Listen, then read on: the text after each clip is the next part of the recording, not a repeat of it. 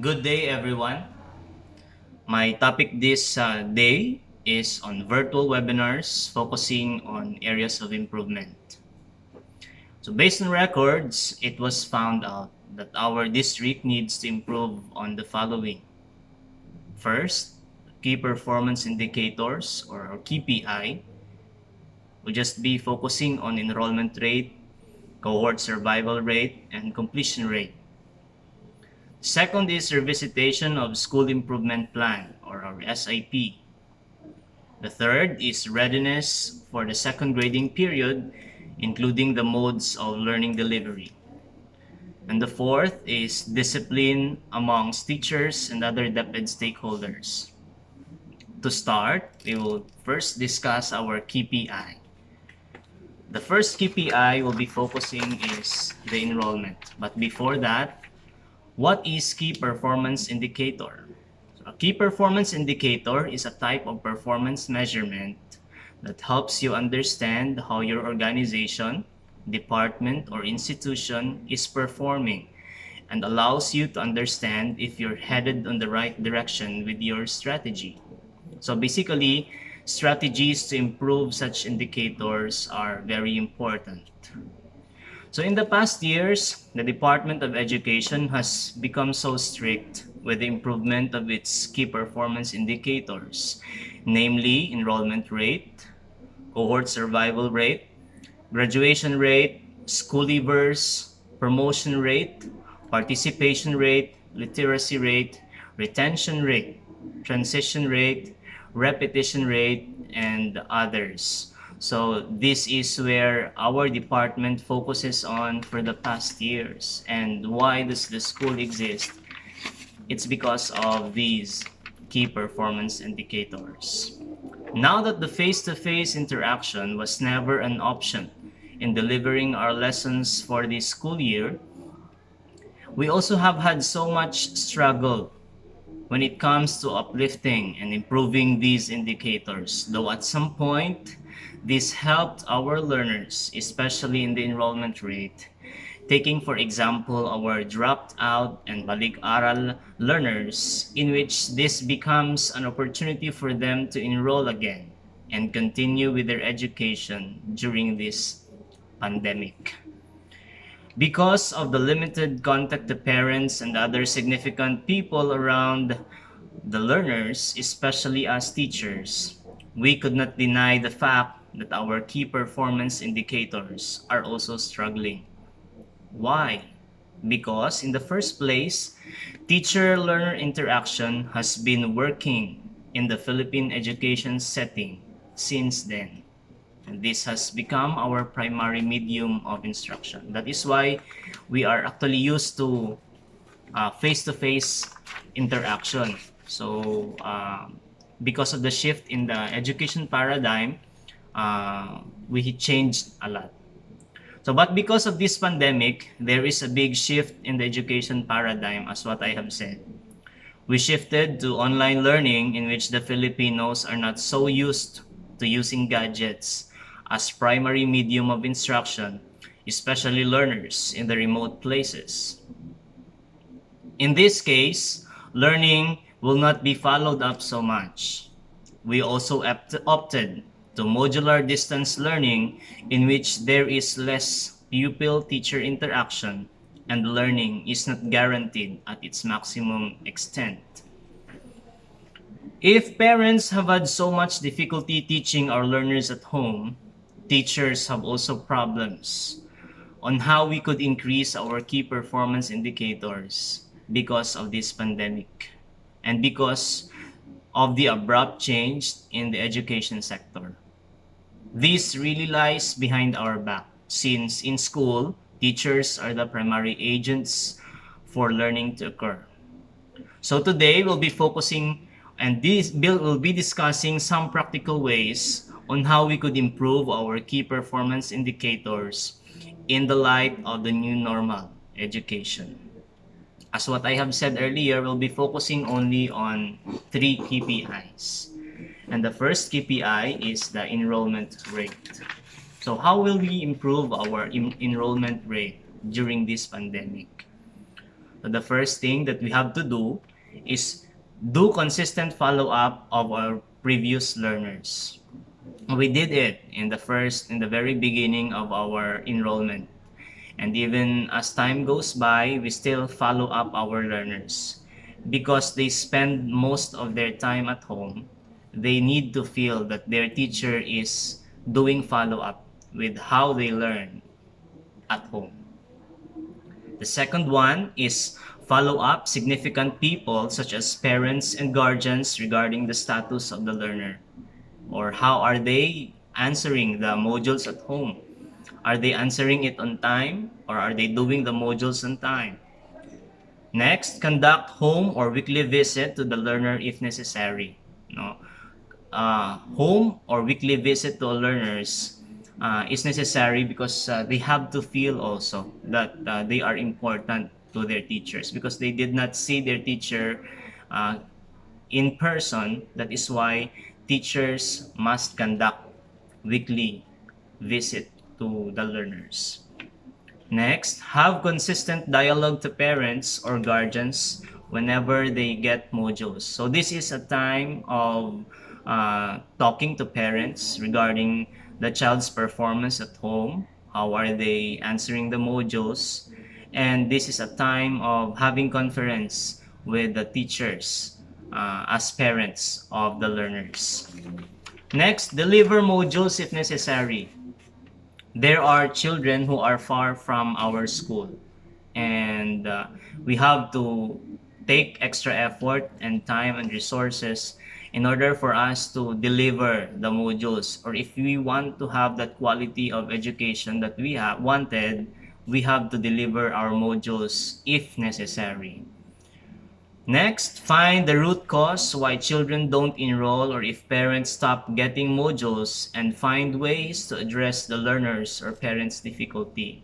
There are times that there are parents who stop getting modules because maybe they are far from the school, or if their residence is very far from the school.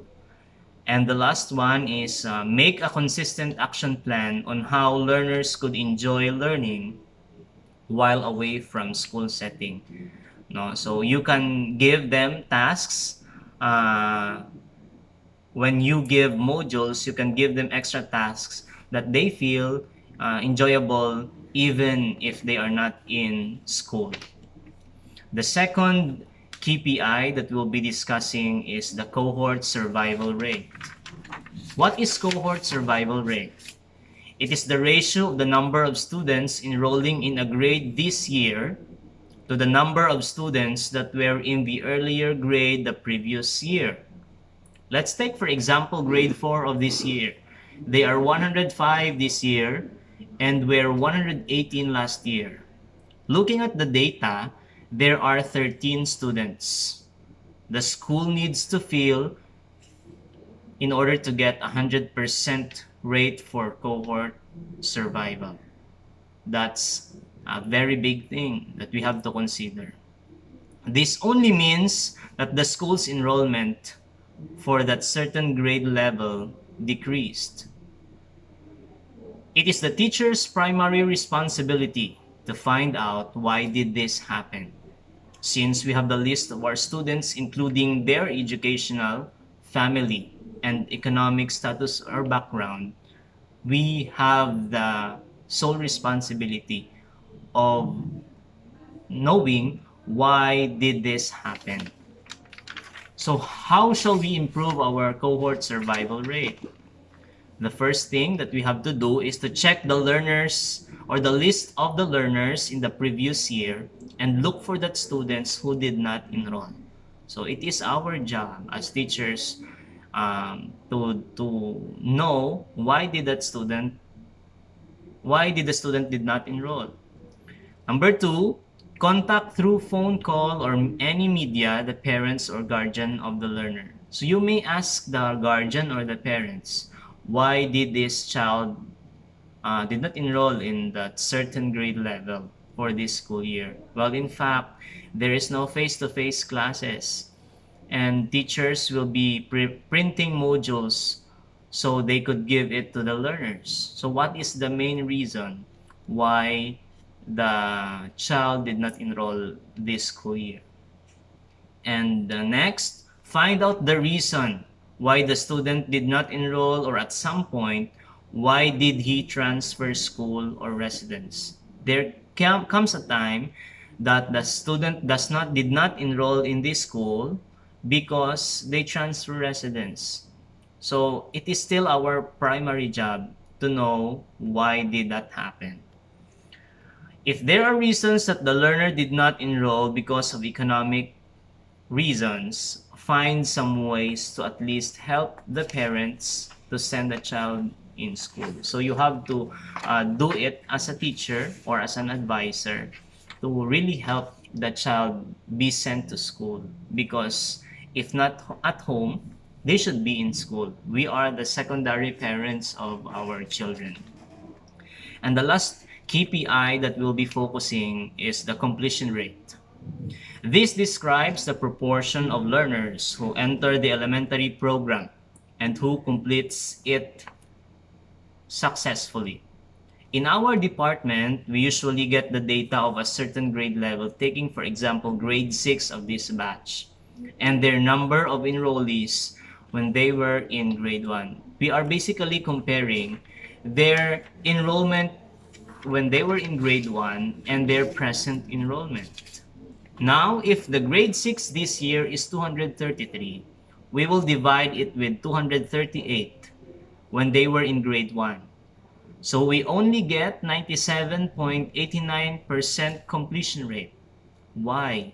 Because 5 students did not complete the grade 6 level of this year. So we have to find out the reason.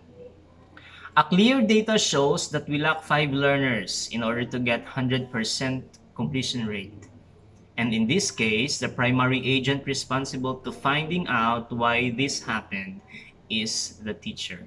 So it goes back and boils back to us as teachers. How to improve our completion rate? How shall we improve our completion rate? First, gather the data of the learners in their previous grade level and find out why he dropped out or transferred school or residence, or it's at some point, what is the main reason? We have to find it out. The gathering of data will not only be done by the grade 6 advisor.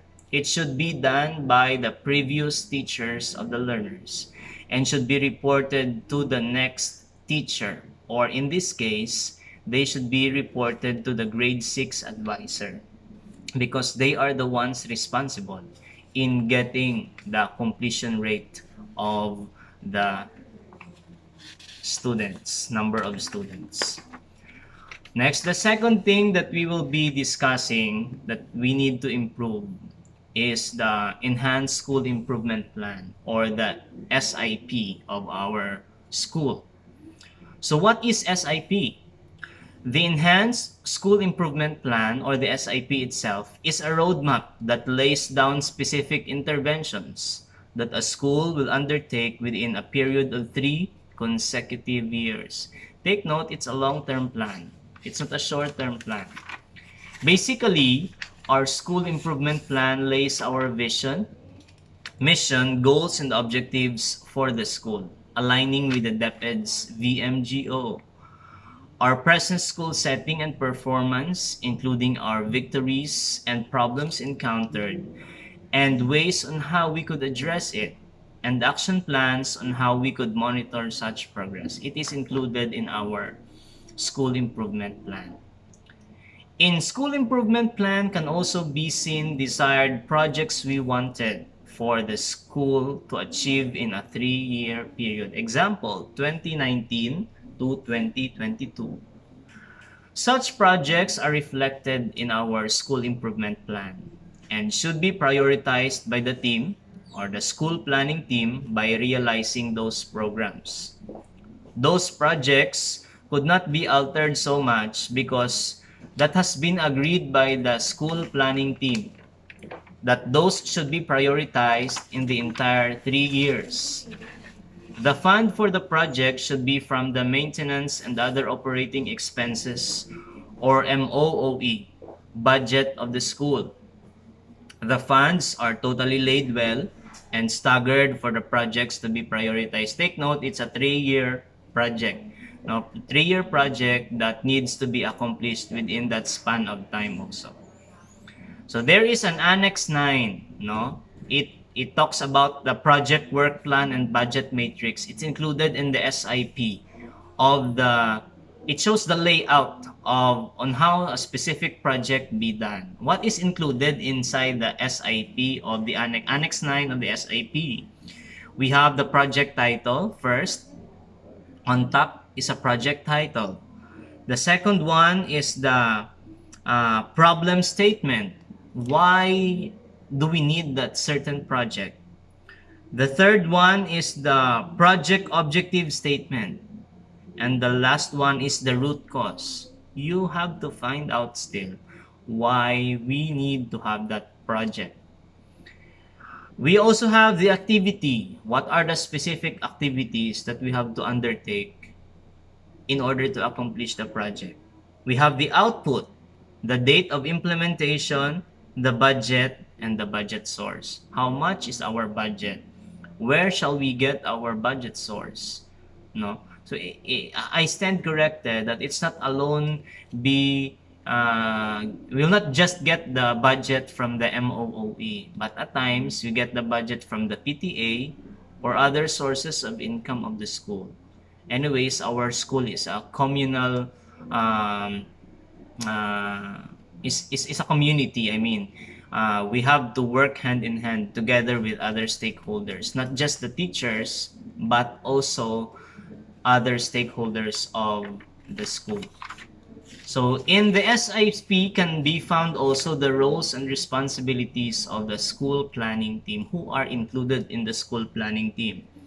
We have the school head, barangay officials, SPGO president, teacher representative, PTA president, teachers association president, ICT coordinator, school planning team, and in our case, our child protection advisor or in charge of the child protection. In the school improvement plan can also be seen the specific yearly plan on how we could achieve our project in a 3-year period. Now, we have to lay what are the specific actions that we have to undertake in arriving at a certain big project. Our plans are detailed and budget is laid so our MOOE and other sources of income of schools such as canteen income and PTA be staggered in all projects equally. So that is why it doesn't stay only in one project. You can also make many projects inside our SIP. Specific actions such as purchasing of materials, repair of building, funding for the visit of professionals such as medical doctor and dentist whenever they visit the school are some that we could include in our SIP. Why should we need to revisit our SIP? Why we need to review them? First, to know whether the project is towards realization or not. Whether we are at arriving on our goal or not. No, whether, and we have to check whether our plans are towards getting or arriving to our goal. Number 2, to adjust our plans and make specific moves so we could refocus on the project stated. No, at times we get out of our plans. No, and sometimes we don't usually put in mind some of those projects stated in the SIP, but actually we have to refocus. We have to go back to our project stated. Next, in the light of the pandemic, to know where to spend our MOOE. Since we could not use it on such specific projects stated in the SIP, like for example, repair of school building, of such school building or ceiling. No, we cannot do it right now because there is no face-to-face classes. But in our school, we spend it in purchasing materials needed in printing modules. Next, to some reason to unite the team by planning for school projects well. We know that we have this a school planning team, and it is a community, as the school is a community made up by different stakeholders. So this is a way of reuniting our stakeholders and we as teachers towards having or getting or realizing our project to create a school environment conducive for learning. That's it. Everyone is working well for the benefit of our stakeholders. And for camaraderie to be practiced by all school personnel. We are laying our plans. Each of us has plans and we have to lay it down before others. So, camaraderie be practiced. The next thing that we have to develop as teachers this time of pandemic is the school readiness. No, it includes the modes of learning delivery for the second quarter. Readiness of the department or institution and its stakeholders is one necessity towards achieving the desired outcome for the school. In our department, Department of Education, is one of our department, I mean, is one of those affected by the pandemic. No, we know it well that DepEd is one of those affected.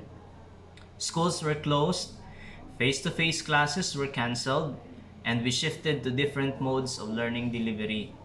Thus, in all these, teachers and other stakeholders have to be ready with the next grading period.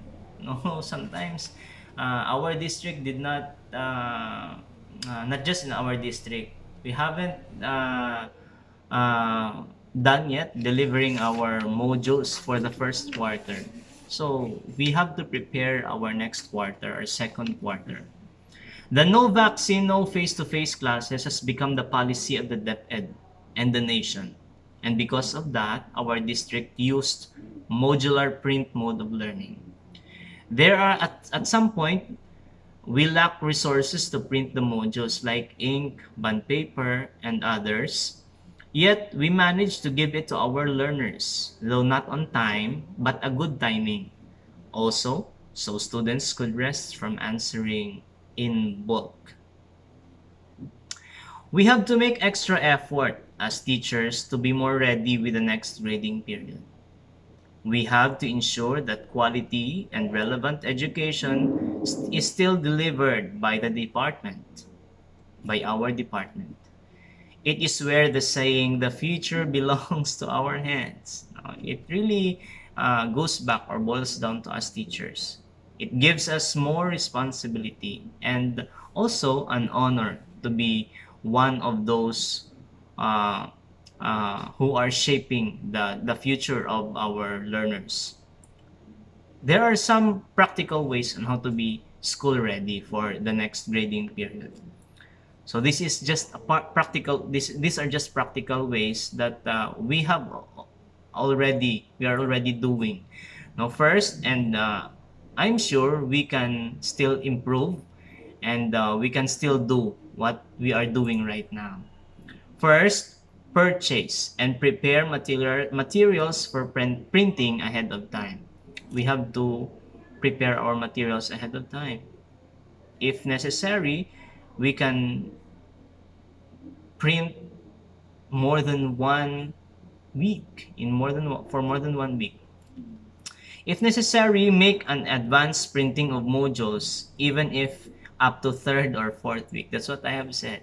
We have to make extra effort.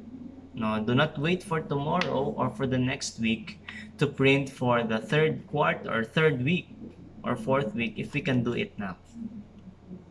Third, contact parents about the schedule for the releasing of modules. Sometimes there are parents who don't go to school on the required date and time for the modules, especially in central school.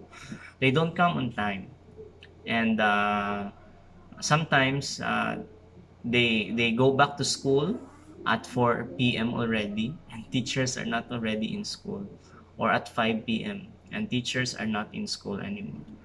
So we have to stick to that. And number 4, be firm with the schedule of module releasing. That's what I have said. We have to be firm. When the teachers say Monday, every Monday my schedule is 8 o'clock to 10 o'clock, because there are also parents who are getting modules from high school, and because it's a central school, we have to be firm with our schedule. Next part of the next topic that we need to undertake and we need to improve is the discipline amongst us teachers. No? So discipline is a way of living, as they say. And as professionals, we need to be disciplined, showing how we love our profession and our learners as well. We as teachers, we have to show discipline not just to our learners, but to the whole community we are in. Discipline as professionals sets standards on the way we teach our learners, the way we deal with them, and the way we tell them about their future. Now, when a child sees that you are living a disciplined life, not just as professional, not just socially, not just mentally, but spiritually also, if you are living a disciplined life, they will also, there is a great chance that they will value you, and there is also a great chance that they will imitate you as their teacher or as their role model.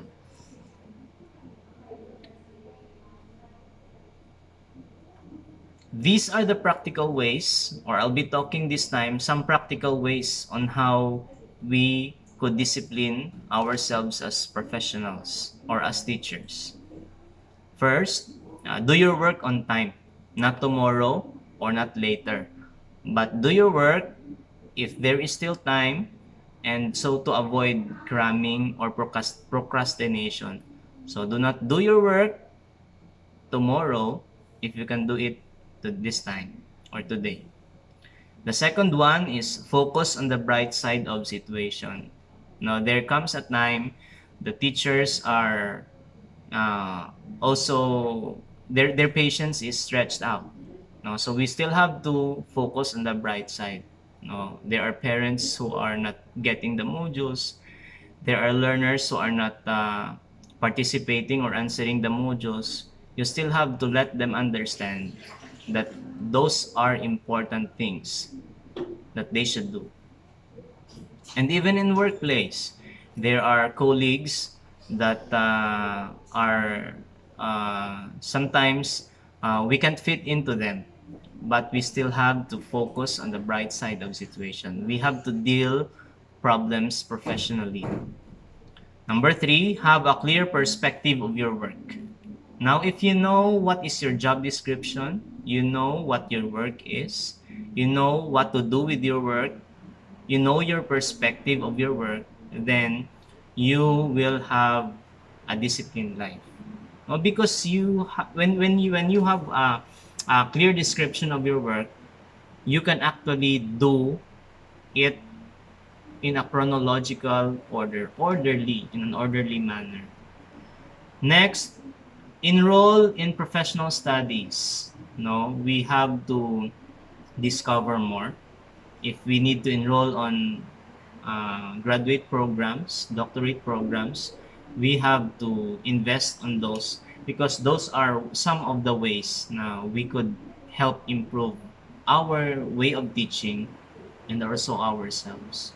No, it is good that we are relating to other professionals, no, by enrolling in graduate studies. So we are all encouraged to enroll in graduate programs that we think could help us not just in promotion, but think of it as a way to develop yourself.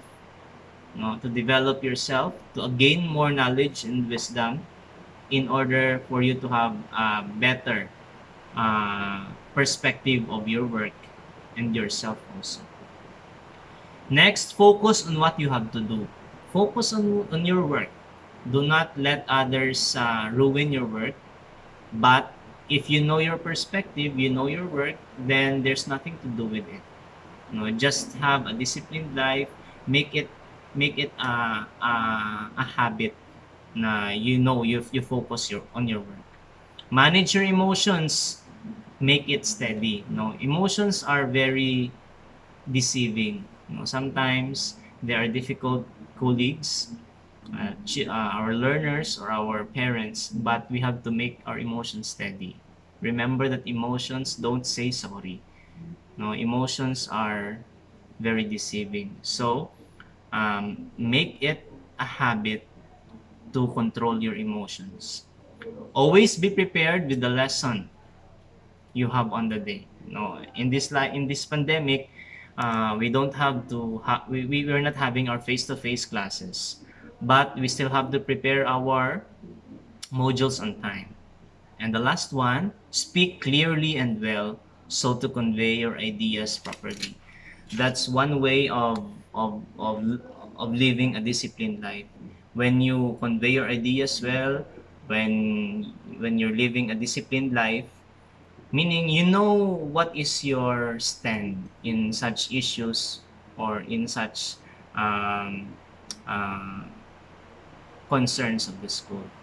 So those are some of the topics that were given to me in order for us to learn, and I know I have discussed clearly some of those, and somehow I assume that it helped you with next few reading periods that we will still be encountering. Thank you, and God bless you.